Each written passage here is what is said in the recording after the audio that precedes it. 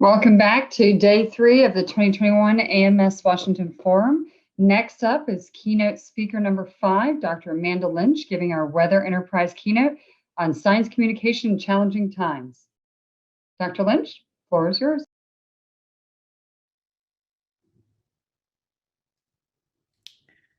Thank you. Carmen, are you not going next? Sorry, let me go ahead. I wanted to just take a minute to, well, thank you all for joining, and I'm thrilled to introduce our keynote speaker for the Weather Enterprise, focusing on science communication in challenging times, Dr. Amanda Lynch. Professor Lynch is Lindenman Distinguished Professor of Earth, Environmental, and Planetary Sciences at Brown University. She developed the first Arctic regional climate system model in 1993. In 2008, she won the Priestley Medal, a biennial award for excellence in meteorological or oceanographic research from the Australian Meteorological and Oceanographic Society. She is a fellow of the American Meteorological Society, the Australian Academy of Technological Sciences and Engineering, the Norwegian Scientific Academy for Polar Research, and the World Academy of Art and Science. She has been editor at the Journal of Climate, Weather, and Society and Science Advances. At the United Nations World Meteorological Organization, she is a member of the Science Advisory Panel. Professor Lynch was the founding director of the Institute at Brown for Environment and Society. Professor Lynch's research focuses on the intersection between atmospheric science and environmental governance, with particular interest in the Arctic and in the arid regions as places that express convergences of rapid change in natural and human systems. Please welcome Dr. Amanda Lynch. Thanks very much, Carmen. Today I was asked to speak with you on the challenge of science communications in the weather enterprise at a disruptive time. And there's no doubt that we're challenged on many dimensions right now. And yet we also have some real opportunities as a scientific community. And so in that context, I wanted to speak today about the responsibility that we face as scientists, as individuals in the knowledge business. And I wanted to speak about that responsibility as it applies at the nexus of climate change and extreme weather. Next slide, please. So this takes place as we understand that humans are causation machines. Humans make meaning from the data that they gather from the environment around them. And then we build stories around that data to express our understanding of how the world works and our expectations for the future. And there are different ways to build that meaning. The scientific method, which is the method that we are most familiar with as practitioners in the weather enterprise, can be used very effectively in this space to not just to understand what's going on in the environment around us, but also to predict the future evolution of that system, both in the near term and in the long term. But there are many other systems of meaning that can be brought to bear. Our various belief systems certainly are used to define our place as humans or as animals in the environment, or indeed apart from the environment. And that's very often defined through our unique cultures and heritages. And there are in many ways, as many different ways of building meaning into those observations of the environment as there are individuals that are developing those ideas. Next slide, please.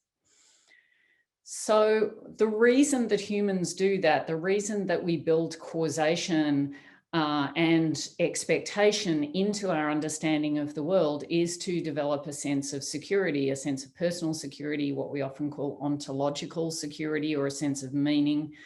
And when phenomena in the natural world reflect those expectations, when they conform to the stories that we're telling ourselves, that we feel supported in that sense of meaning. Next slide. However, when expectations are violated, as they routinely are in the current context, not just in the natural environment, not just in weather, but in many parts of the human experience, then that sense of security is threatened. And that sense of threat then demands a response. Next slide.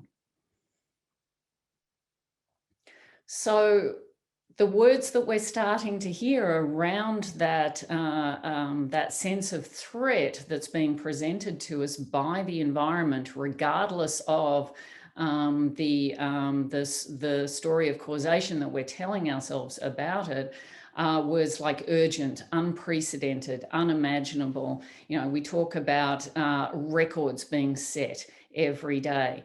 And very often this is associated with climate change as the phenomenon. Very often it's actually associated with all sorts of other things. We understand as scientists our observational systems are not perfect. There are many different reasons we might be seeing this, but we are certainly paying attention. And so we're seeing the impacts of climate change every day. And we're talking about our responses, and those of us in this field have been talking about it for some time, but it's certainly come to the front of the line of late. And indeed, the impacts that we're seeing are leading to a sense that this is an imperative. And so if there is an urgent response that is demanded of us, regardless of our story of causality, then our security is threatened, and indeed our values are challenged. And so we're starting to see situations whereby values are being stretched to incorporate different ways of responding to a crisis that is unimaginable in our recent past. It's presenting us with unique challenges that have not been faced by humans before, even if the climate itself is perhaps not unique, if we go back far enough. And so as a result, our systems of law and governance are also being stretched to respond. And what this leads to is a sense that unacceptable responses to climate change, whether they be unacceptable with regard to human rights and justice, or unacceptable with regard to risk, that these exploration of these responses are now being demanded. Next slide. And so an example of that is the recent report that we've seen come out of the National Academy of Sciences, Reflecting Sunlight. This was crafted by the Committee on Developing the Research Agenda and Governance Approaches, particularly for solar geoengineering research. And the primary conclusion of this, this report is that we do need to do research, because we need to provide that scientific underpinning of knowledge that can inform choices about implementation of different approaches to solar geoengineering, whether that be associated with aerosols or modifications of land surfaces in terms of, you know, simple things like painting roofs white and that kind of thing. And so there are many different ways that we can explore this idea of solar geoengineering, from the quotidian to the, you know, massive global response.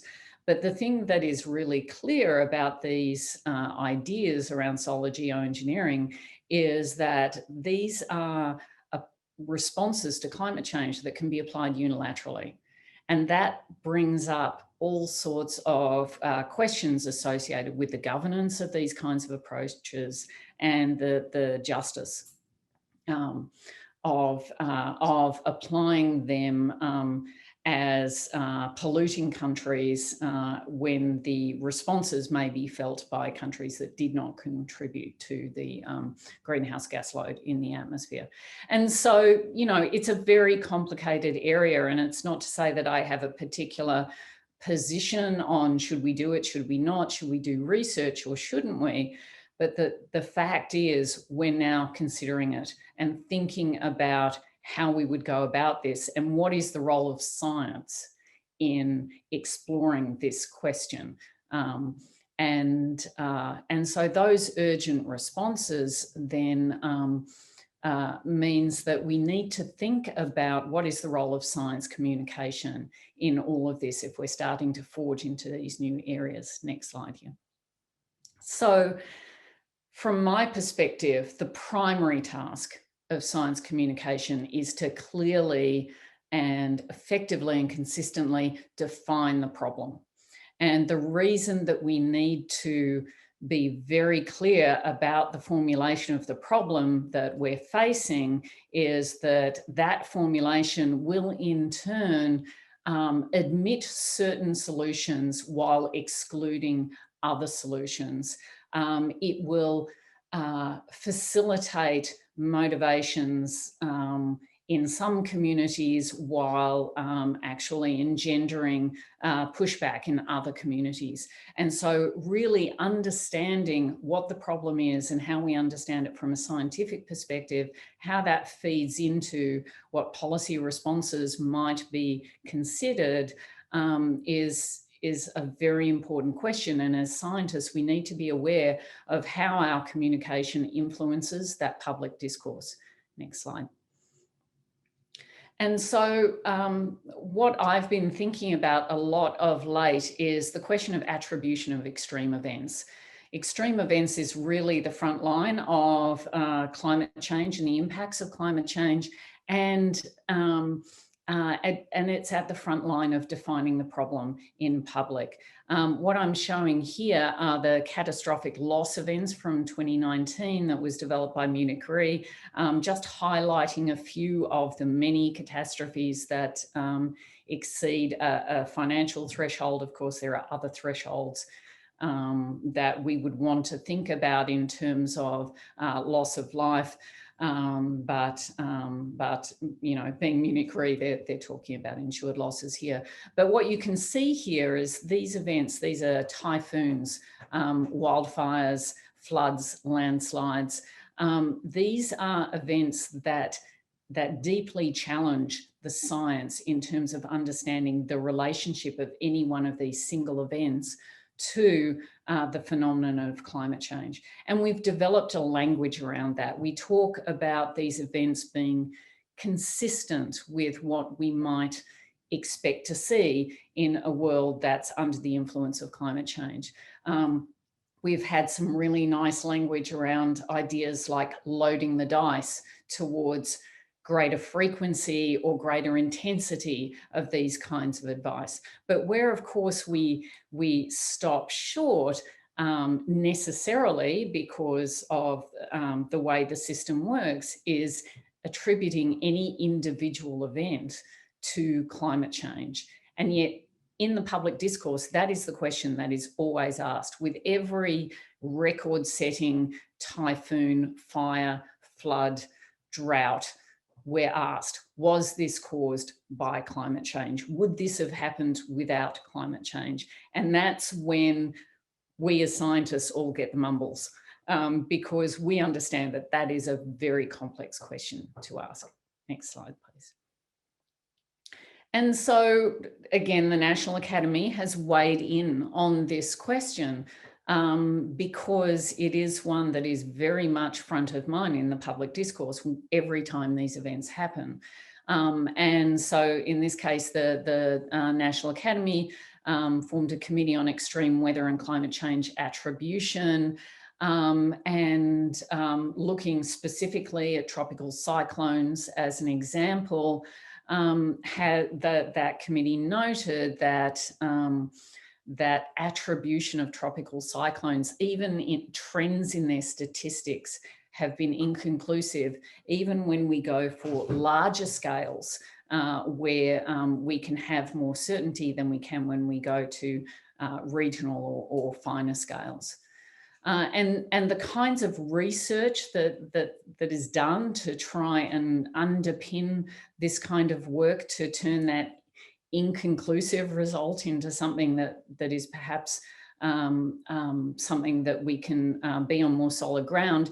I've got an example here from Holland and Breuer from 2013, where they looked at the changing frequency of intense cyclones category 4 and 5 compared to weaker cyclones category 1 and 2, and how those vary with the amount of global average temperature change that we see. So how much warming. And I've actually converted this into Fahrenheit for the benefit of the non-scientists in the audience, and I'm sure the scientists will be converting in their head to Celsius as it was in the original paper.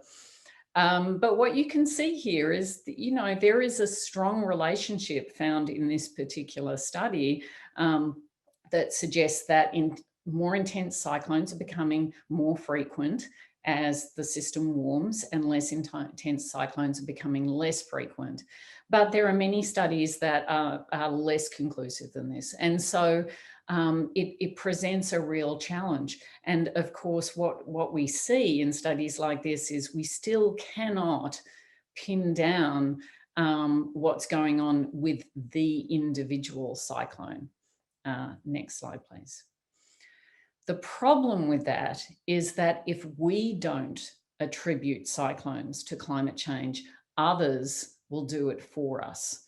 And so, for example, Typhoon Haiyan, which was a record-setting typhoon, caused terrible devastation in the Philippines in that same year, 2013, occurred right when there was a climate change meeting and negotiation going on. And Rodrigo Duterte, who has many issues, but nevertheless has a loudspeaker that he can use, noted that in his view, Typhoon Haiyan was a creation of climate change, and he blamed that directly on the industrialized nations. And so what we see here is a situation where attribution is actually being used for a broader political end. And so, and this is not an isolated situation, and neither is it something that we should blame anyone for doing. It's an opportunity that presents itself, but it creates confusion in the public mind about this question of attribution. Next slide.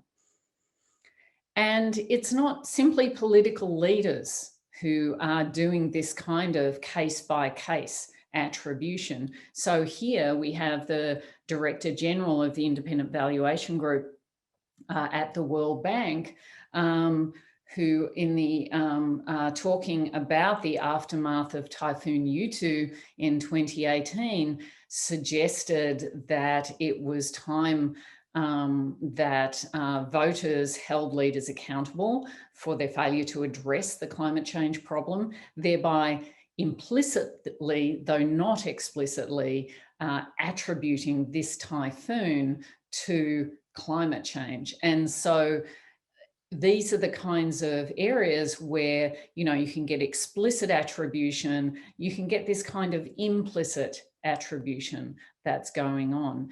And so we need to understand, as I said, as scientists, that these contributions to the public discourse are going to happen despite our view on what kinds of attributions are appropriate and which are not.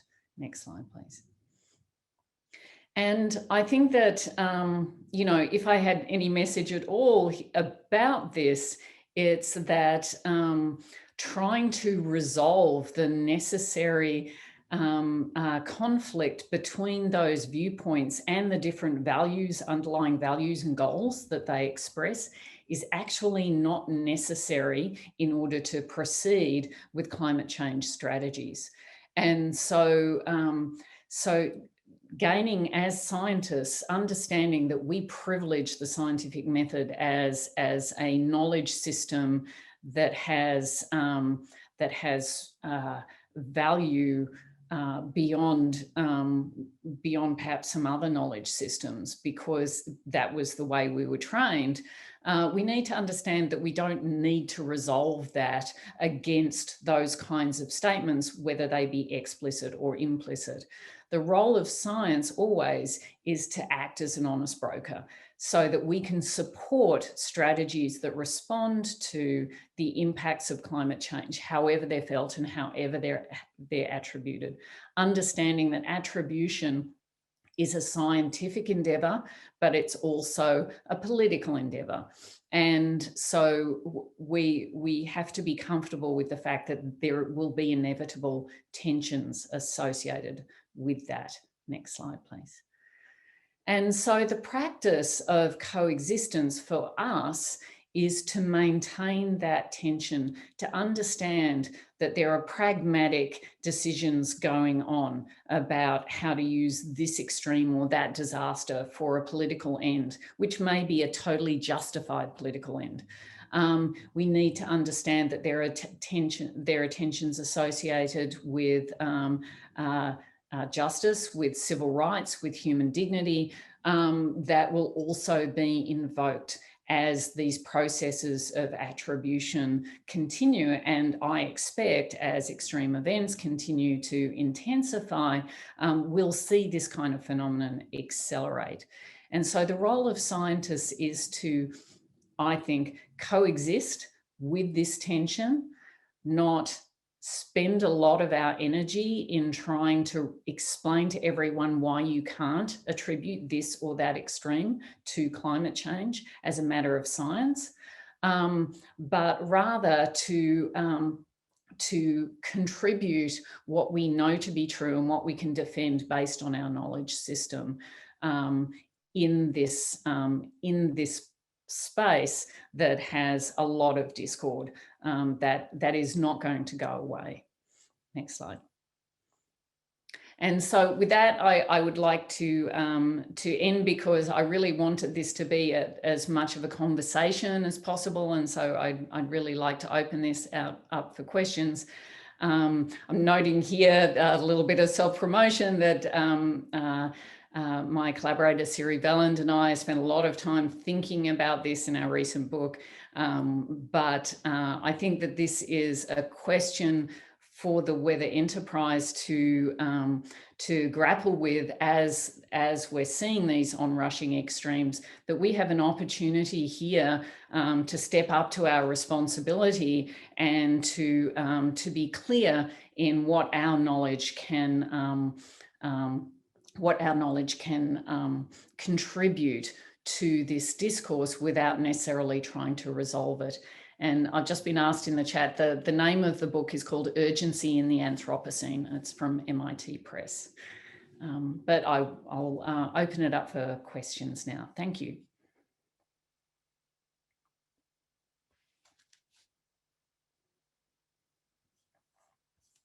Carmen, you're on mute. Thank you so much, Dr. Lynch. We really appreciate you laying out all this food for thought and perspective on communication. So I'll just ask for people who have questions, please go ahead and post them into the chat. And as you guys are all thinking, I just want to start off. One question that I have is, we've had several discussions throughout this conference that touched on the Arctic and engaging with indigenous populations and vulnerable environments, two perspectives where you have some deep experience. Mm-hmm. Wondering if you could share some lessons learned, both for communicating science within those indigenous populations, as well as communicating their perspective back to policymakers. Yeah, sure. I mean, I guess the kind of my immediate response is I don't really think about it that way. My relationship when I work with Indigenous peoples in the Arctic and in other places is that it's not necessarily my job to be telling them what the science is and how that's right or why that's right. It's more of a kind of a sharing of different perspectives. And as I said, that we all have these kind of systems of causality and scientific method is one, and if asked, I will talk about what that says, but I'm interested, just as interested, in the systems of causality that are developed around Indigenous systems of knowledge, and that all of these systems are really, really useful. Probably the most important insight that I've developed in working in this way is to understand that Indigenous environmental knowledge is not just metaphorically valid, it's actually valid. It needs to be treated as a truth of how the environment works, even when you have perhaps a conflict with what the scientific method might tell me. And understanding that what I'm hearing is not a story, it's not a metaphor, it's just a different way of telling stories of causality about the environment, means that you can meet people where they are, still be an honest broker about what you understand the science to be, and certainly not give that up, but understanding that this is a sharing of perspectives that might conflict, and that's okay. And so for me, developing those collaborations has to come from that base, and which is really grounded very much in respect. And if you're coming from that base, then you're not really trying to act as a kind of a conduit for, I'm going to speak for, this group or that group, or transmit things back and forth, but no, we're going to have a conversation. And so as much as possible, when I'm working with policymakers, if there are Indigenous perspectives that are available to be heard, I would much rather have an Indigenous person there to be speaking to that, rather than trying to act as a translator. And that's always been very much my practice. Thank you. Paul, did you want to go ahead and ask your question? Sure. Okay. Thank you. A wonderful presentation. My question is, back in one of your first slides, you'd made the point that belief systems define our place in the environment, and I think that's a really, really strong point, as others have pointed out as well. So I was wondering, then, I think it's fair to say that Dr. Catherine Hayhoe has successfully conveyed key climate messages within the context of Christian principles. And my question is there a risk that others who do not subscribe to that belief system will be turned off by that message if it's presented within the context of someone else's belief system? I think that the important thing is to make sure that we have a multiplicity of these communicators out there who are coming from different belief systems. Yet Catherine's work has just been fabulous in this area, and I think that we can all learn from her in terms of thinking about, okay, so where am I coming from? What's my belief system, and how can I kind of add that voice? And so, the extent to which we can get to a place where people understand that science is not a monolith, that there are ways that we can communicate what we see in terms of systems of causality, in terms of our place in the environment, in terms of how we feel responsible for or not, how we feel part of the environment or not. The more of those messages that are out there, I think that the better the understanding will be that the scientific method even itself is not a monolith, and that scientists, scientists are people too, that there are many humans practicing this particular model of causality. Thank you. Dr. Susan Jasko has some comments to share.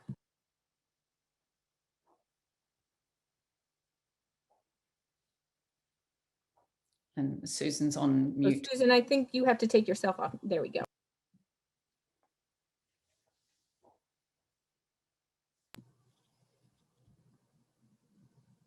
Oh, we're not able to hear you. So let me just go ahead and read what she's written. We were hoping to have her be able to have a conversation here, but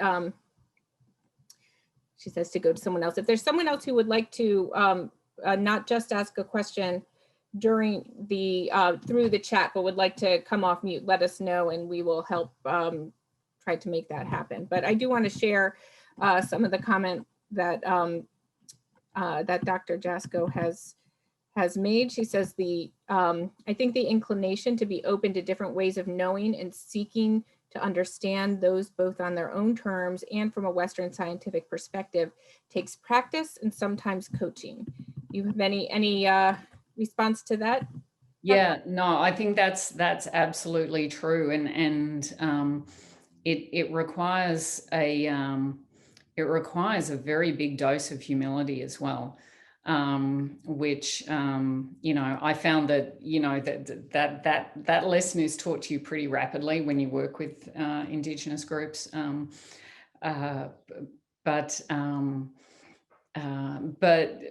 but in order to come to that, particularly given our training and the way our training works, and as I said, the way we are taught to privilege scientific method as a way of knowing, and with some very good reasons, it takes a lot to kind of break through that. And as I said, for me, that came through working with Indigenous people who were able to point out to me all of the things I didn't know and didn't understand and the things I got wrong. And that, so the practice and the coaching for me actually came from Inupiat people in North Alaska, and then Yorta Yorta people in Australia.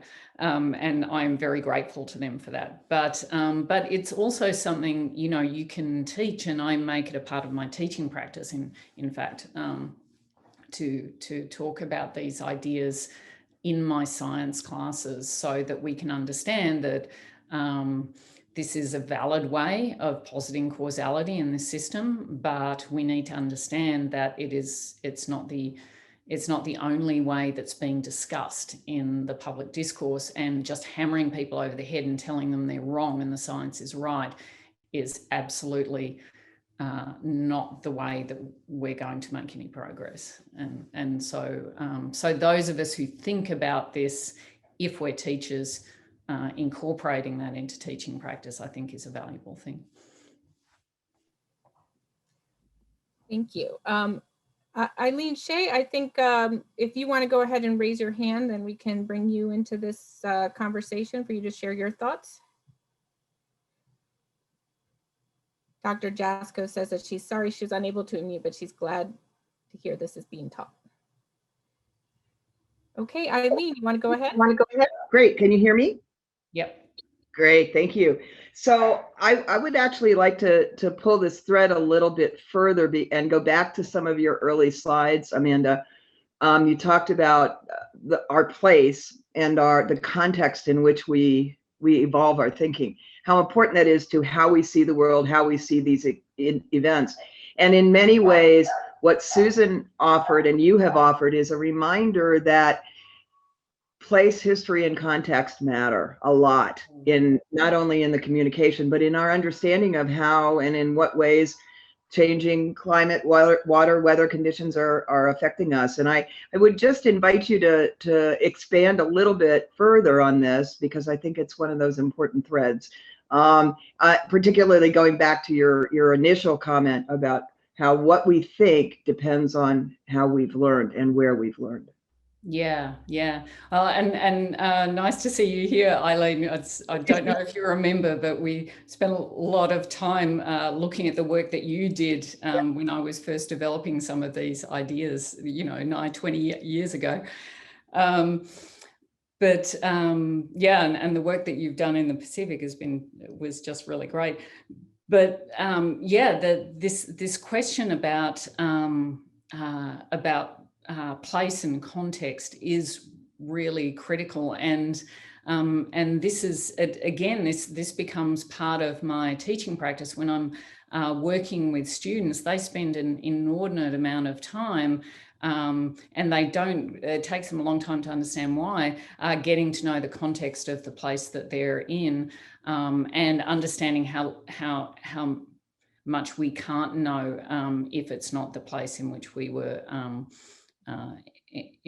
were brought up. And I think that one of the advantages that science has, especially science that's kind of very regionally and place focused, is that we can, as scientists, develop a certain amount of that place-based context simply by going back to the same place and working there for a long period of time. And we see this too with, say, bench forecasters who kind of stay, you know, in the same place for a long time, and they just do better forecasts. And so, you know, we know that context is critical, and yet one of the interesting things about scientific method is that, you know, the idea is that everything that we develop is universally applicable, and context shouldn't matter. That, you know, if you create this, you know, this physical law, that it works everywhere, and that universality principle is absolutely critical.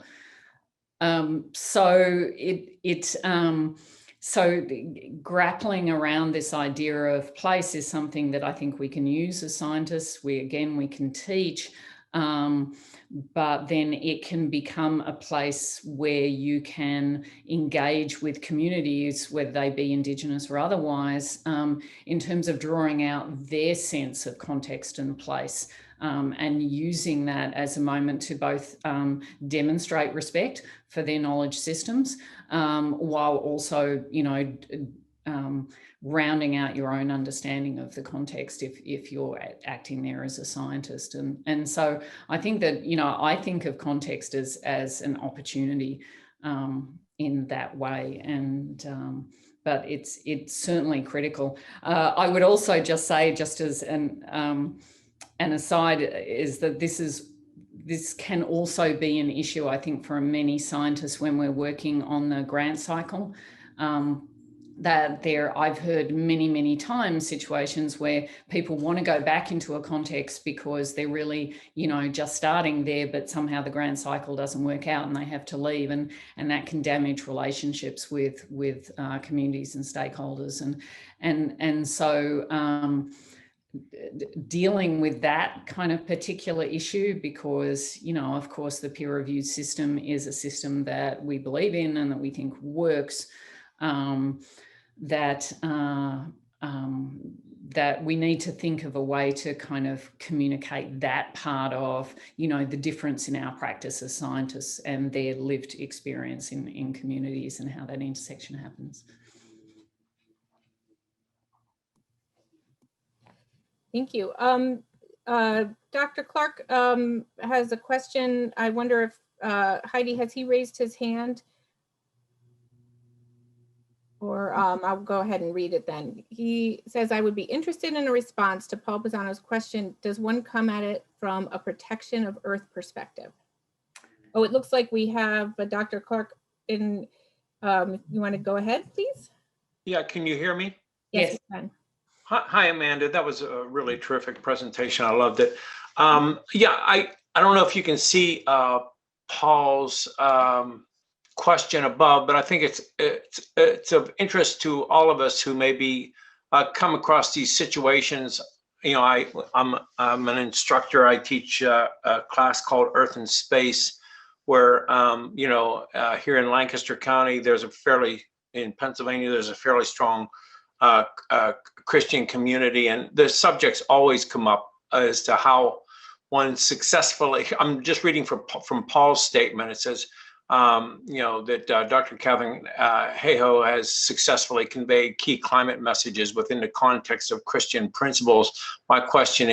His question is there a risk that others who do not subscribe to that belief system will be turned off by that message? I would like to sort of just go one step further and just hear your thoughts about how you convey that to you know, religious organizations. I always take the perspective of sort of its, you know, protection of the earth kind of thing and try to do it that way. But I'd really like to hear what you have to say about it. Thank you. Yeah, actually, I don't tend to start with protection of the earth, although, you know, it may be a place where I'll end up.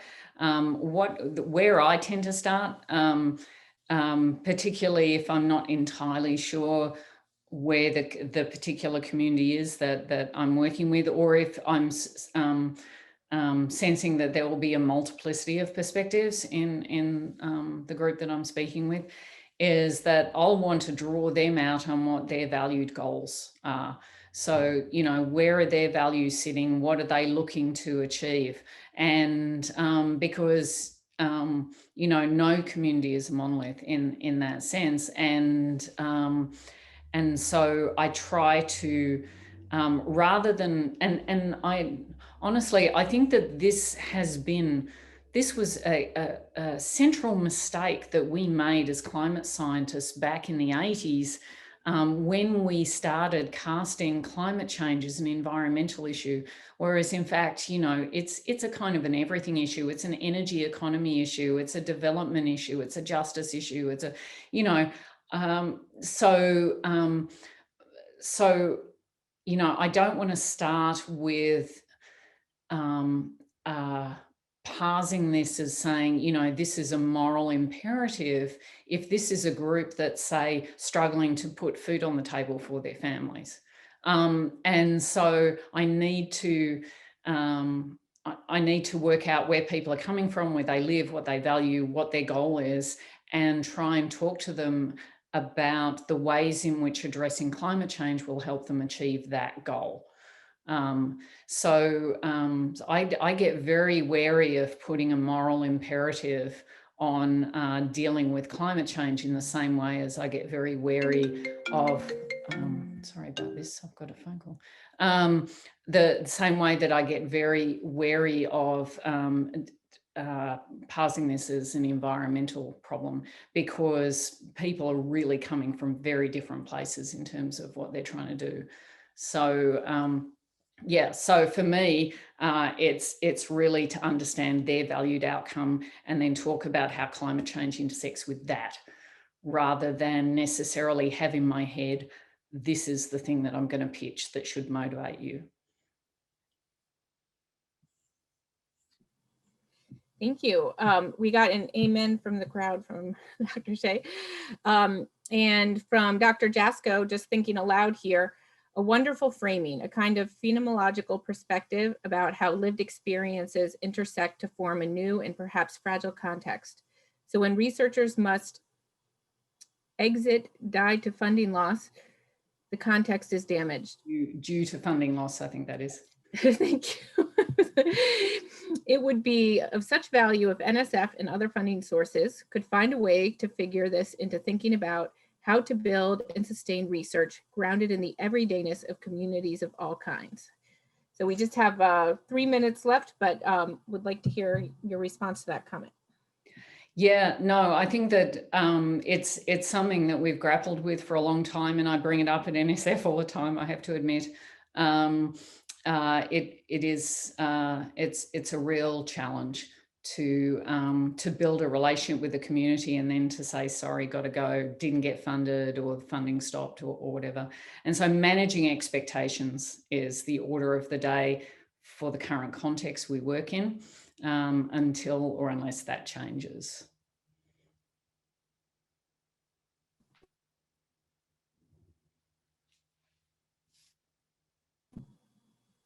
And from Mary Erickson, we have there been successful longitudinal studies? Of what? I mean, I think that there are many of us who continue to do work without funding, or find ways to do work without funding. And I know there are many cases of people who just hang in there. So yeah, I think there have been, and perhaps, you know, this is an excellent prompt to say maybe we should collate those and find out, because I'm all for learning from experience. That's a really important way to understand what the next step should be, is to see what's worked in the past. And so so understanding how people have managed to do that, I think, would be a really valuable thing.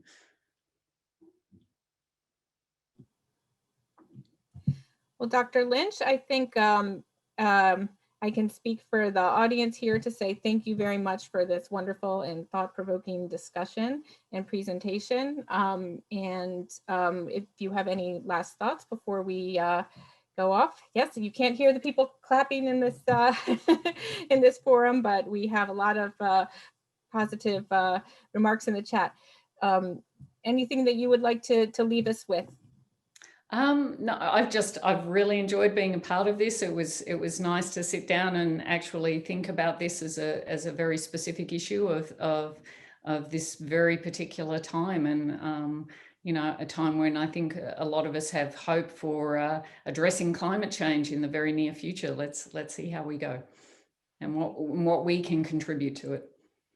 Thank you so much. Jennifer, were you going to address the group? I am. Thank you so much, Carmen and Dr. Lynch. And Carmen, personal apologies for cutting you off at the beginning as we started this, but wonderful presentation. Thank you so much, Dr. Lynch, and we appreciate the time that you've spent with us today. And next up at 2:15, we have session 5, Making Weather, Water, and Climate Programs Happen, Perspectives from Federal Agency Procurement Leaders. So really looking forward to that. We'll see you back here at 2:15. Thank you so much. Bye-bye.